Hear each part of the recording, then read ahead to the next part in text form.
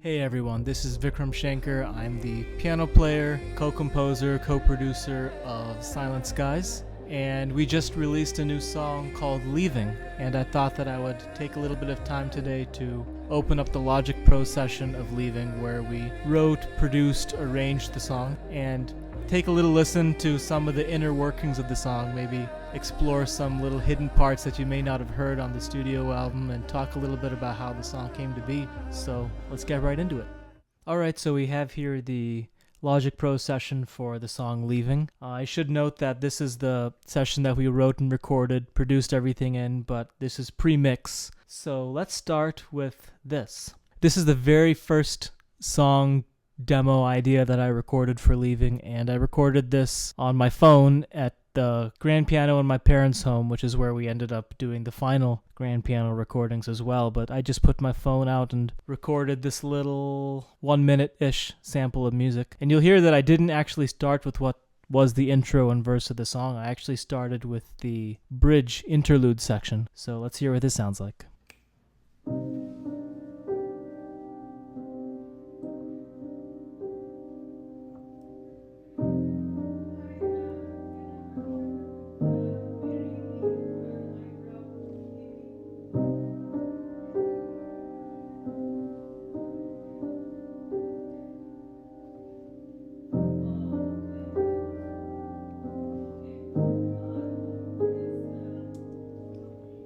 And you can even hear my parents talking in the background, which is great. This is very typical with what happens when we do Silent Skies, where really often I'll start with the part that I really like. I clearly envisioned this to be the start of a song, but when Tom and I started working on it together, it turns out that part is better suited as an interlude than a song intro. And so we normally flip parts around a lot to really, maximize the stuff that we have. So let's just get into this song, and we'll go left to right through the arrangement and look at some of the parts that make it what it is.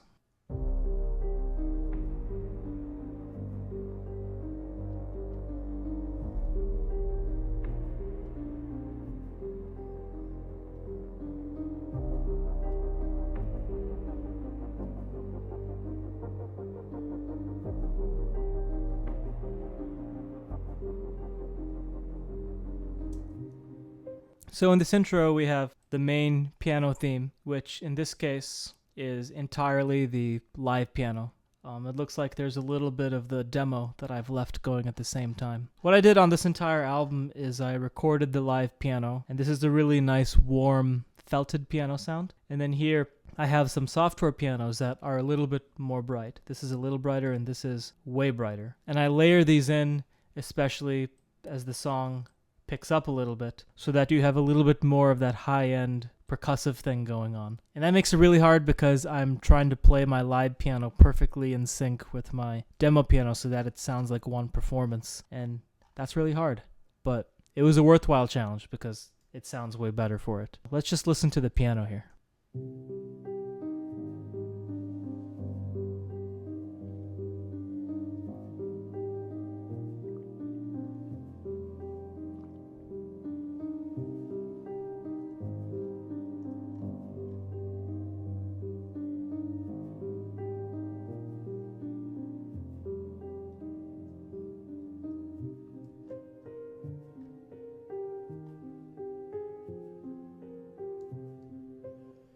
Yeah, I love that piano sound. That's easily my favorite piano sound I've ever had on a record. And it's crazy that that's the piano I grew up learning on, all those years ago in my parents' home. It finally found a home in a real recording, which is awesome. We have a lot of Moog action going on, and that is using the Moog Sub 37 back there that I acquired right in the middle of the recording for this album. And I immediately got inspired by it. So I immediately brought it in, and this particular song is a big part defined by the sounds that I dialed in on the Moog. So right off the bat, we hear these bass sounds. The Moog has just an incredible sounding bass.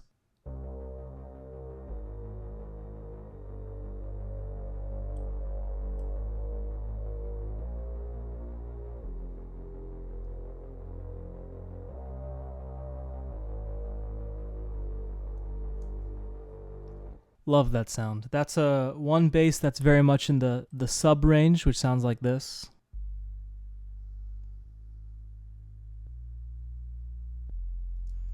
depending on what you're listening to. If you're listening on like laptop speakers, you won't even hear that. And then this is called the Drake bass. I was introduced to this type of sound by Tom and Jonas from Evergrey, a sound that they use a lot. It's this kind of nasally sounding bass that is low, but it cuts through the mix because it has a little bit of that kind of nasally wah kind of thing to it. I don't know what Drake uses in those productions, but I dialed it in on the Moog, and it sounds awesome.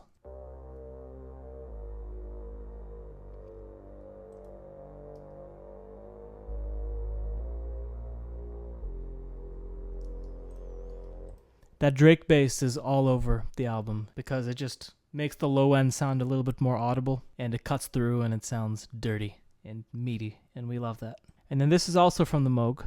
This is, I guess, an arpeggio bass. Some of these parts I don't even remember what they are, so it's kind of fun to go through and see what we actually did on the album.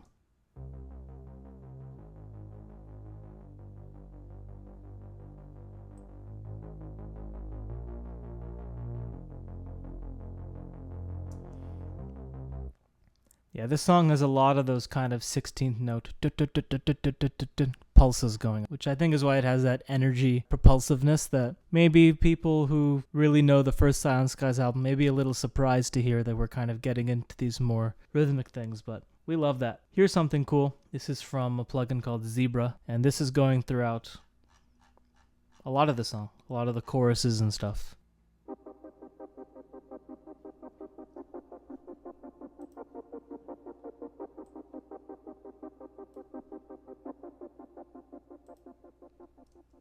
That's another element of that kind of propulsion that's running through pretty much the whole song, and it gives you this kind of nervous energy. Percussive wise, we have sub hits. You can never go wrong with some sub hits.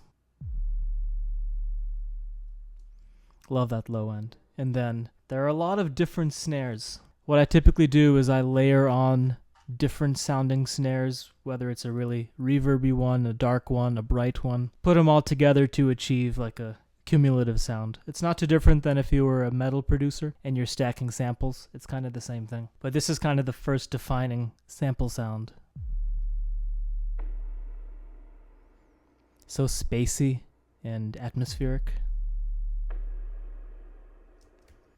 There's another snare sound that we used a lot on the album. On the first album, Satellites, I was using a lot of snare sounds from Omnisphere, like I think the same one, the electric ballad snare, but I filter out a lot of the high end. But this one I wanted something even darker and even more atmospheric, so I took this pretty dark sounding snare, I made it even darker, and then I put a reverb on it. And that's kind of something that I do really often, is I take percussion sounds or something that might otherwise sound like they're in a dance track or a hip-hop track, and then I shave away a ton of the high end and set them in a reverb.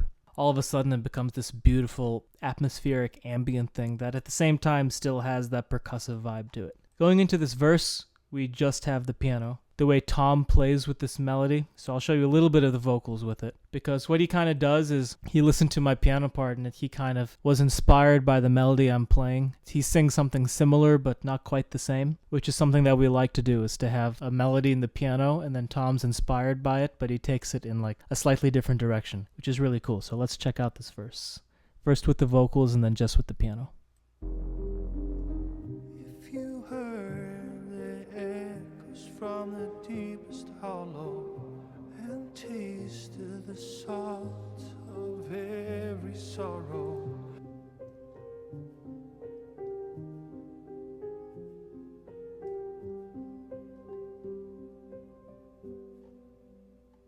and then into this chorus, we have much the same arrangement as the intro, but with a little bit more of a percussive thing going on. So some of the new things we have is we add this second snare sound. Just another one of those big ambient things that go on in the distance. And an 808 kick. There's a lot of 808s on this album. It just sets the tone of the low end so nicely. All the percussion together sounds like this. Is the 808's playing the bass line.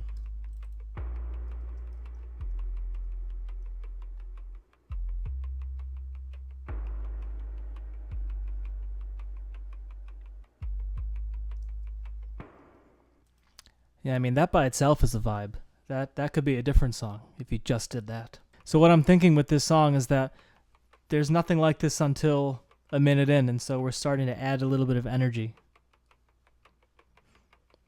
We're adding a bit more drama by bringing in this 16th note thing.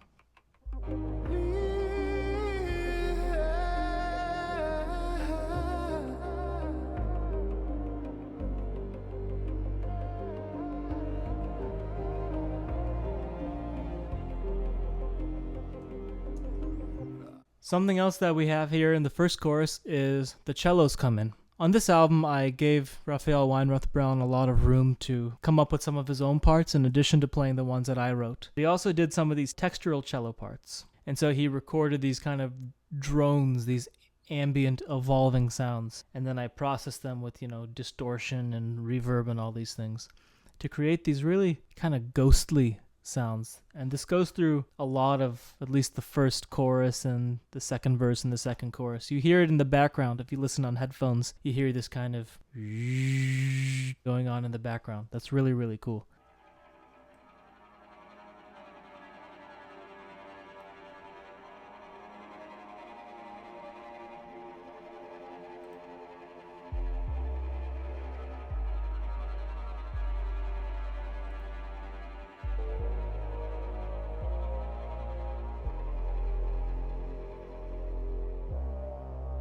I love this one here.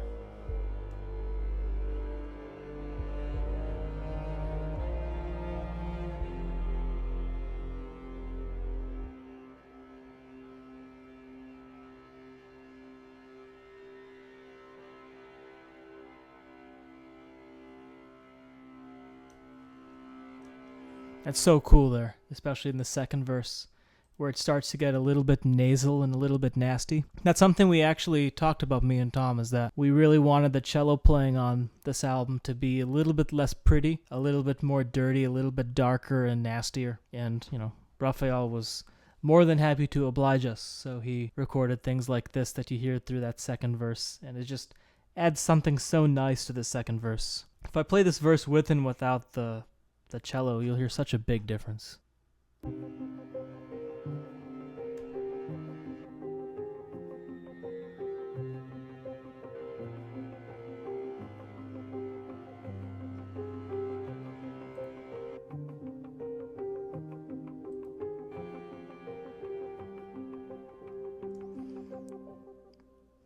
It just makes the whole thing sound so much more haunting to me, which I love, because this song has so much dark energy going on, which makes it very different from some of our other music. We need this kind of little bit of kind of an ugly quality to just make things a little bit more dramatic. And so in the second chorus, it's much the same with the percussion and the bass. We'll just listen to all this stuff without the pianos and see how that sounds.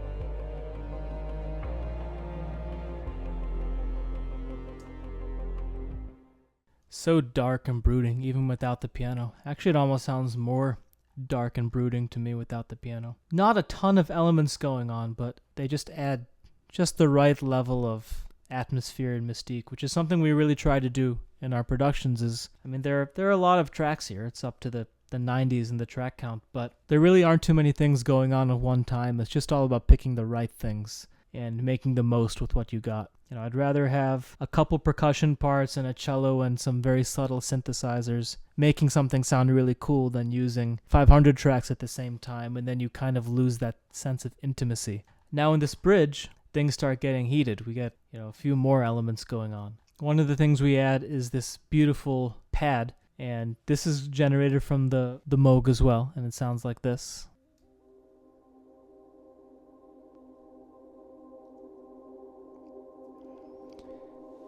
Very interstellar kind of vibe to this.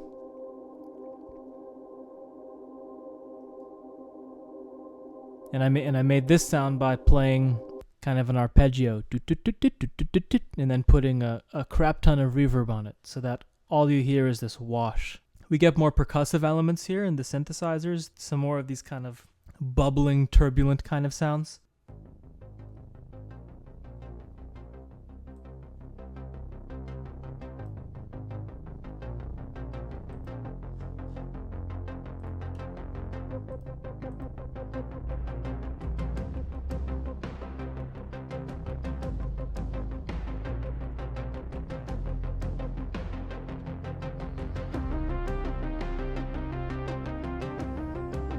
All these different synths are from the Moog. All of them.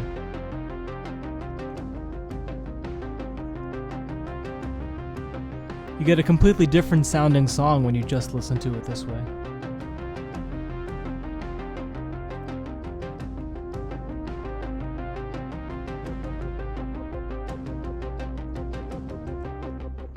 And so some of the other things we have in here is we have this melody coming in, which Tom sings. He doubles it on voice, but it was originally just an instrumental melody. We ended up dubbing it with cello as well, and it ends up in the mix pretty much just sounding like a cello part, which is this one.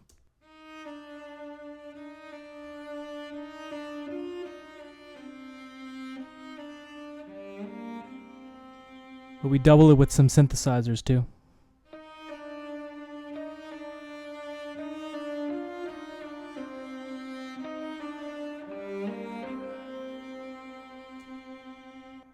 We also start getting a little bit more of my bright piano, and the brightness of the piano adds a lot.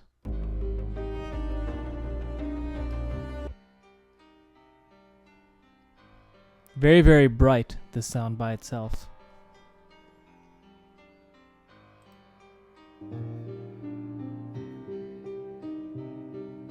Playing those perfectly in sync was not easy, but it adds so much.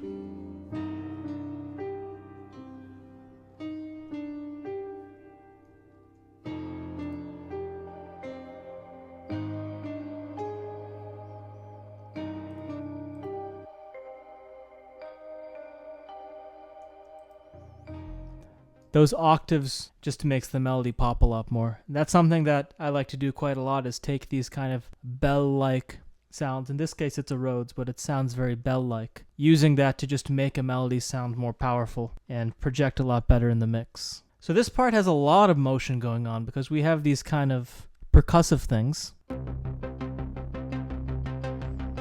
But then also a more smooth sounding motion as well.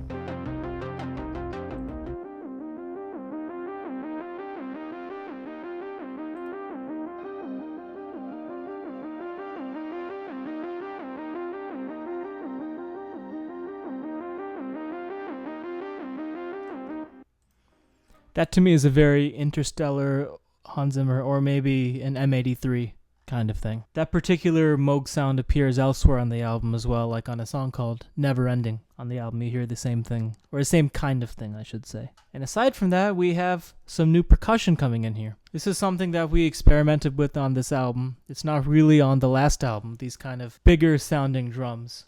Distorted them with this plugin called Decapitator, which is what this stands for.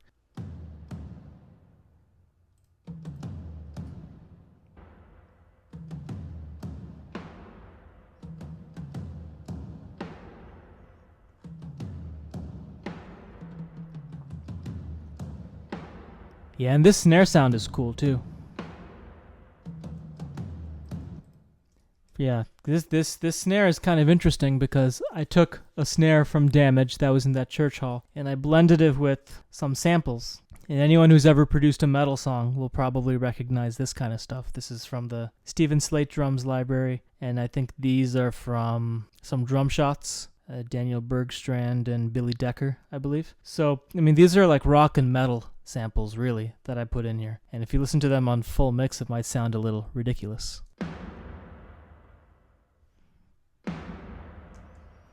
And even more ridiculous will be if I don't use the EQ and the reverb.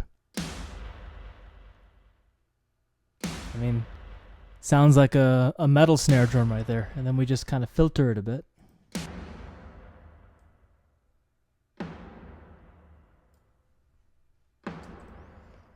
It's not something that we would have ever done on the first album, but I really like this added energy and drive that you get. It's such a different feel from pretty much just relying on a string quartet and a piano to tell your story. We were really interested in bringing in some other elements and being completely free about it. We were like, let's see what happens if we do this. Why restrain ourselves and hold ourselves back? If the song wants something more percussive, let's see what happens if we just try it. And that's exactly what we did here. I mean, the song is so much stronger for it, I think. We recap the bridge next, and here we have many of the same layers, but building towards this final chorus, which is just a total explosion. Probably the most propulsive, dramatic thing that we do on the entire album. So let's just listen to that and see.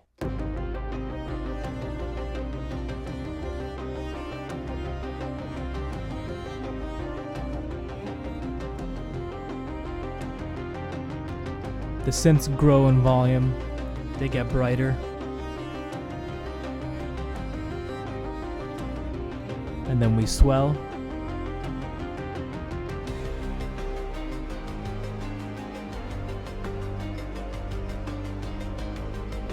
Shakers, snares, 808 kick.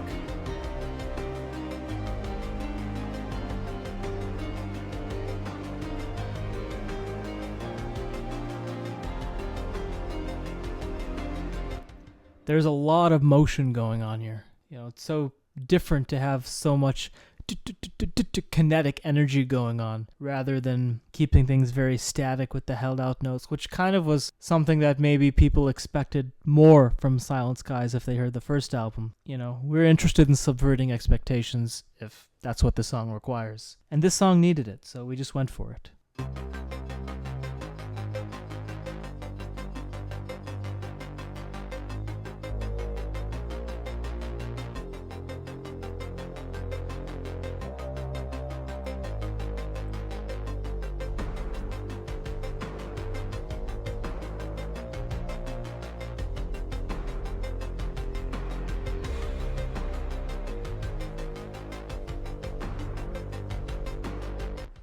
You very much get the vibe of like a dark electronic song when you listen to that.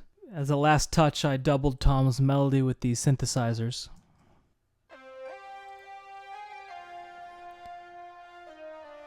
This is both the Moog and also my Korg Prologue synthesizer, which is the one back there by the music stand.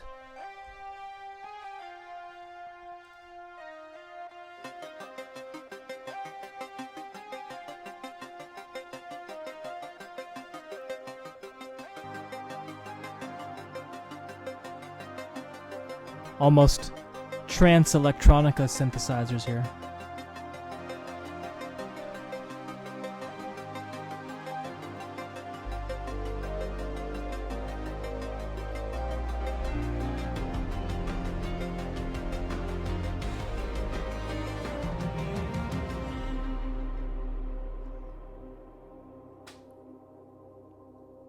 And there it ends. The whole point of songs like this on the album is to show that, you know, there really are no limits. And if you want to make a sound and a song needs it, you just go for it. Because if you hold yourself to some arbitrary restraints of what you think people want to hear from you or what you think people are expecting from you, and you ignore what the song is requesting in the attempt to make people happy, I think you're really doing yourself a disservice, and you're doing the song a disservice as well, because, you know, at the end of the day, the song is what matters. And so if you respect that above all else, and if any chance you take that chance because you're serving the song, then I don't think you can go wrong.